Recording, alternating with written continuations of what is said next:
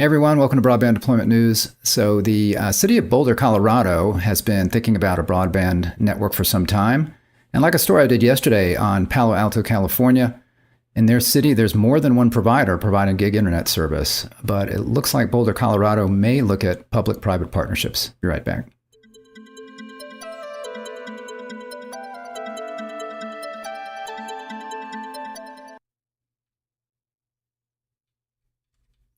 Thanks for joining me, Rick Husey, here with Broadband Deployment News. So I see here, Boulder City Council explores possibility for community broadband service.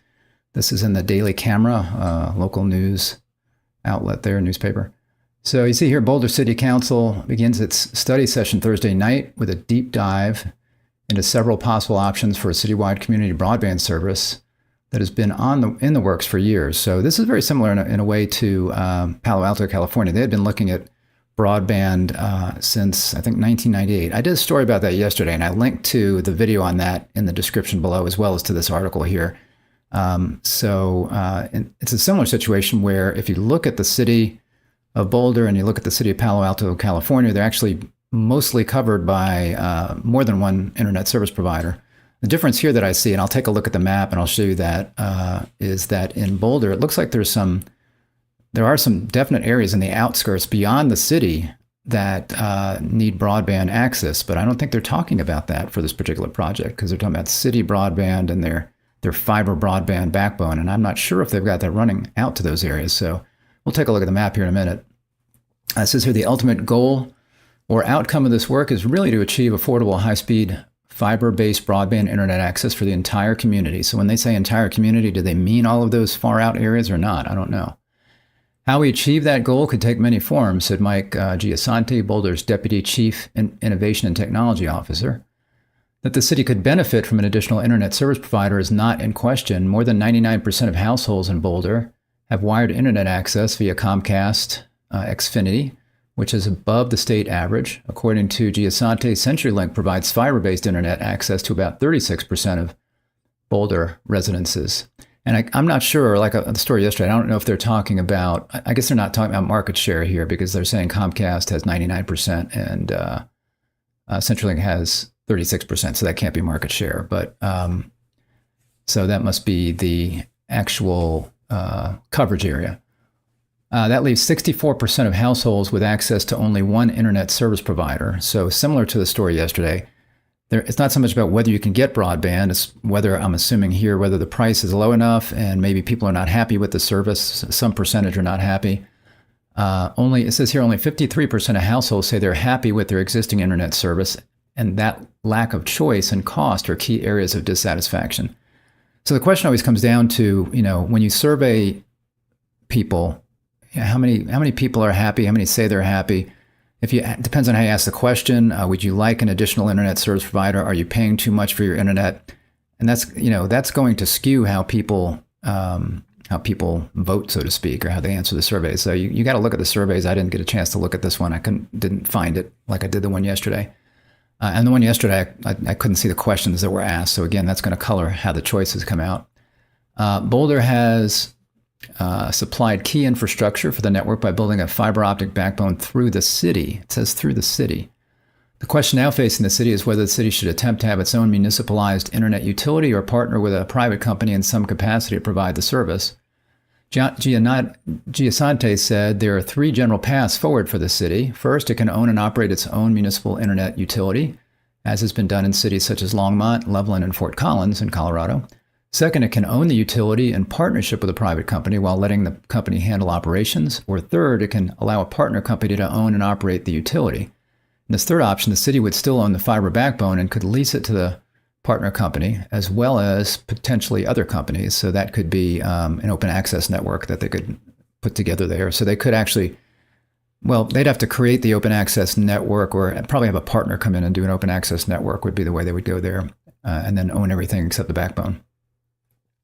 City staff had developed a costing model and financial projections for a municipal internet utility for Boulder in 2018. Adjusting for inflation, the cost in 2023 dollars of building a city-owned internet utility is estimated at $218 million. The city would also be required to take on $268 million of debt to build it. On top of that, the city's general fund would need to provide $14 million. Is that 1.4, can't 14 million, a 14 million yearly subsidy to the utility for the 25-year duration of the financing. Kara Skinner, Boulder's chief financial officer, said this option also carries risk for the city. Interest rates can always change, yes, as we've seen. She said, and costs could be higher than predicted, as we've seen in the last few years. Both of those things have gone up tremendously. Fewer households than predicted might actually use the service, yes. And taking on the necessary amount of debt could hurt the city's credit rating. So one of the things I was talking about yesterday is if you're a city getting into the business and there's no other provider there, or not a provider that's not providing fast internet service, then you have pent-up demand and you're going to get customers pretty quickly. But if you've already got two, in some places, existing providers that are providing gig internet service, it's going to be much harder to get the kind of take rate that you want to be able to pay this back. Because of lack of available funding for the next few years, it will also take years for the city to bring the broadband service to market. So the landscape can change even further during that time. Right now, with CenturyLink only covering 36%, I mean, they could easily expand out in that period of time and get more fiber. In fact, they probably would. As I mentioned yesterday, AT&T, similar situation. You had Comcast and AT&T in Palo Alto, California. And certainly, I would expect AT&T to start building out their fiber now that they know Palo Alto's getting into the business, because they're going to want to make sure they can try to get those customers kind of locked in, maybe away from Comcast, Xfinity, and locked in before the city gets in the business. It would be the same here with CenturyLink, I would imagine. Instead, city staff recommended the path of allowing a partner company to own and operate the utility. This option gives Boulder less control over the utility, but also is the lowest risk option for the city that lets it monetize the fiber backbone, get the product to market as quickly as possible, and maximize the odds of achieving its objectives without taking on debt. So it certainly would be the quickest way and the cheapest way for the city to do this, to be able to accomplish what their goal has got to be, which is one more provider, another provider to be able to provide some competition to hopefully drive down prices. Now, of course, if they don't own it, somebody else is going to own it, and that is going to be a for-profit company. So it would not be as inexpensive as if the city built it. But then again, if the city's got to outlay all of this money, they're going to have to get that money back somehow. So as we saw yesterday, Palo Alto, their pricing that they were suggesting was really, I think it was like $90 a month for a gig. So it was nothing that would be low priced for people in the area. City council members generally supported the recommendation, seeing it as the most realistic option for the city. However, many expressed reservations and said they would need additional information before they'd feel comfortable voting on the matter. Several were reluctant about the city relinquishing control and ownership of the utility to a private company, particularly when community members have come to expect that the city will provide broadband service. So it won't look as much like broadband service from the city because some other company will be owning it and operating it. It definitely seemed to me that we were telegraphing to the community that we're looking at being a provider of broadband service. I don't feel that I've heard from the community that they're really comfortable with us not doing that now, said Council Member Rachel Friend. This is a big deal. It's going to have 100 years worth of implications. Several other council members echoed her sentiments. And the council will take a vote on the matter at a later date. So they are looking, and Palo Alto didn't seem to be looking this way. Palo Alto is talking about doing it all on their own, but they are looking to do a public-private partnership, and really it's going to be letting somebody else completely operate it, where they would just own the backbone, the fiber backbone throughout the city. And when they say throughout the city, I don't know if they're talking about this. I'll make that bigger. So here you've got Boulder on Google Maps, and this, as you drill in here, this is all very well. Let me get a satellite here. Lots and lots of homes and businesses that you can serve in the city. So they've got fiber backbone running through here. But my question is, how much of it runs beyond the city and is going out in these areas that are also Boulder? And as you look at these areas, you can get pretty rural here. And I'll look at the FCC Broadband Map here in a minute. I just want to give you kind of an idea on Google Maps what this looks like and where they're defining the city limits. Again, this red area here. So you've got some areas up in here around the lake and and whatnot, but most of this is pretty well populated.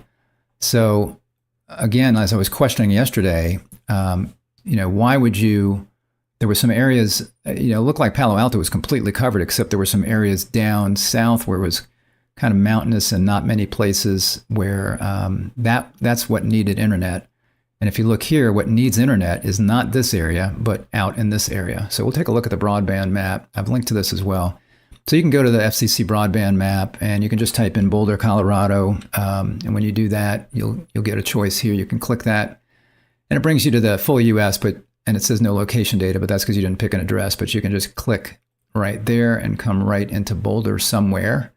Not sure exactly where in Boulder that's showing us, but it's probably, if it's similar to Google Maps, it's wherever Google, it's probably right around here, wherever Google decides Boulder is in this big area. It probably is in this general vicinity where it's showing you on the FCC map. So, as you zoom in here, in this particular area, like I say, this is very densely populated. I'll just click an address, and you'll see that they've got Comcast 1.2 gig by 35, very similar to what was in Palo Alto. And you don't see anybody else other than satellite here. So CenturyLink is not in that area. CenturyLink, it mentioned in the story, covers about 36% of the area, which would be here, for example. So you've got Comcast at, again, 1.2 by 0.3, and then you've got Lumen at about gig symmetrical.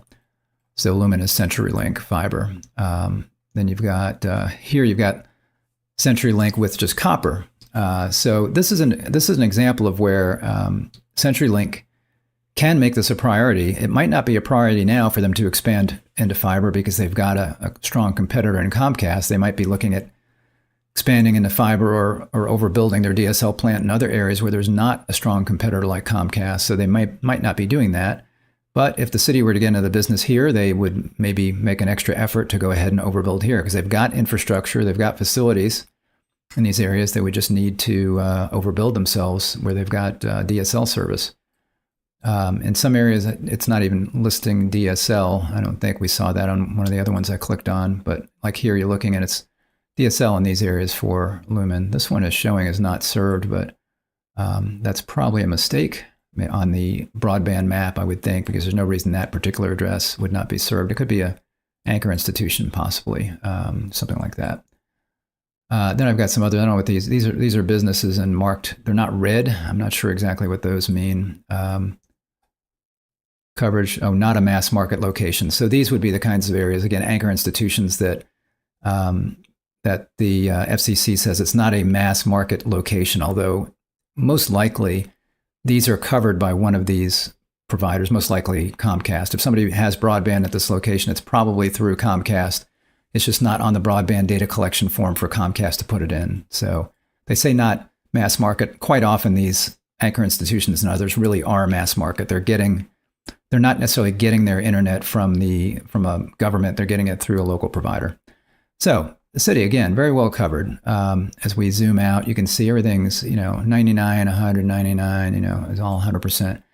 86. Now, as you get out here, as you start getting out to the outskirts, and this is kind of, I think, outside that red line that we saw in Google, I'll go ahead and click on satellite here to give you an idea. It starts to get more remote. Now, we're still looking at green here, actually, because it recentered me, I think, when I did satellites. Hold on.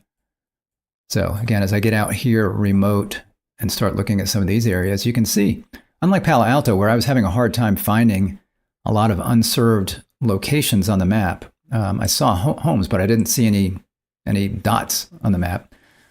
So here you've got these that are just outside the city limit, and when you click on them, they come up as Boulder. This is Canyon Drive in Boulder, and you can see there's nothing there. Lumen does have very, very slow DSL. So this is so rural that you're really far away from the central office, and you're lucky here you're getting 0.2 meg, so about 200 kilobits per second. It's like an old ISDN line. Then you've got same thing here. So you got T-Mobile's out there with fairly slow fixed wireless or wireless. Then you got some areas you don't even have. Well, you do have DSL here, but satellite is about all you've got. Starlink is here. You got Starlink is in all these areas. I'm not sure why Starlink's not listed. For example, where I just clicked, I didn't see them right here. Starlink is not listed, but certainly SpaceX. There's no reason I think that they could hit that home and not that home. So I think that's just a reporting error there by SpaceX. There we got something called Livewire. Okay, this is Livewire fixed wireless 250 by 100. So some people there might be pretty happy, but you can see it's getting really rural here. And we got a Jab wireless. So as we get out here, this is still all Boulder. Let's see if this still is. Yeah, this is still all Boulder.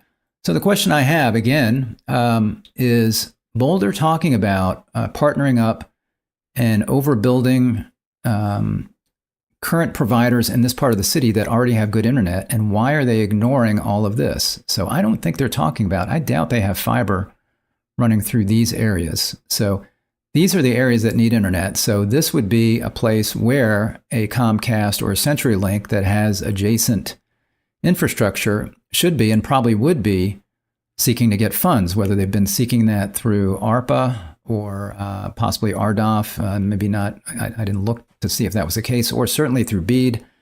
I would think they would be one of the operators that would have a leg up in getting the ability to build out to here.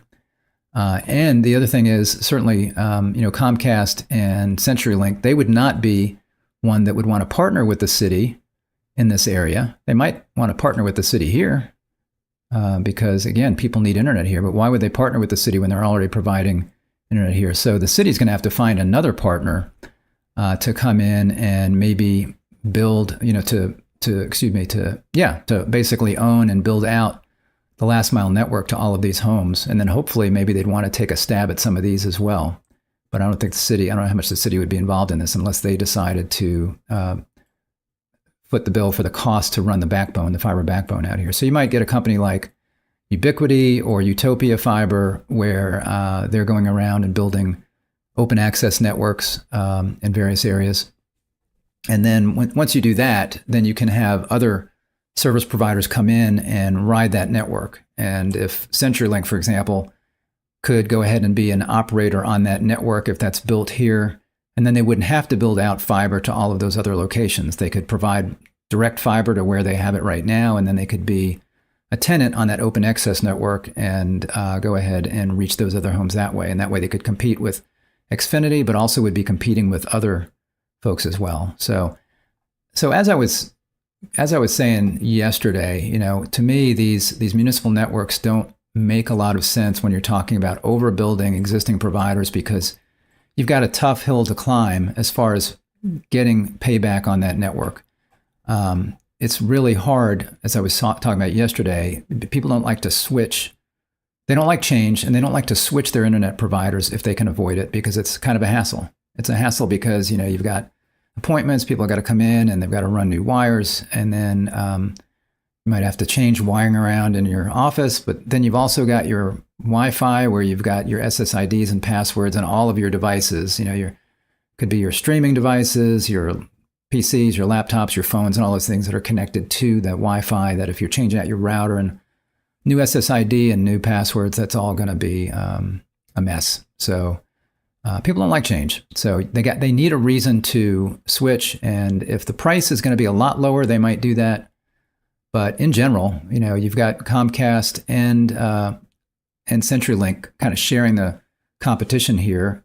CenturyLink isn't everywhere. And like I said, they're probably not going to be focusing a lot on building out here with another competitor there. They're probably focusing more in areas where there's not a competitor, because even for CenturyLink to come in, they're going to have a hard time if they go serve an area that a customer that already has Comcast. Then they've got the expense of that, and then they've got to get those customers on board to help pay for that.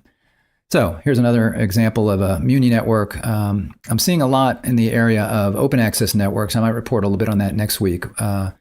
So those are opening up, and there are companies that, like I mentioned, Utopia and Ubiquity, that are going into areas that have some existing competition, but they are going ahead and paying for that to get that infrastructure built, and then they're providing an open access way for other retail operators to ride their network and be able to provide retail broadband service that way.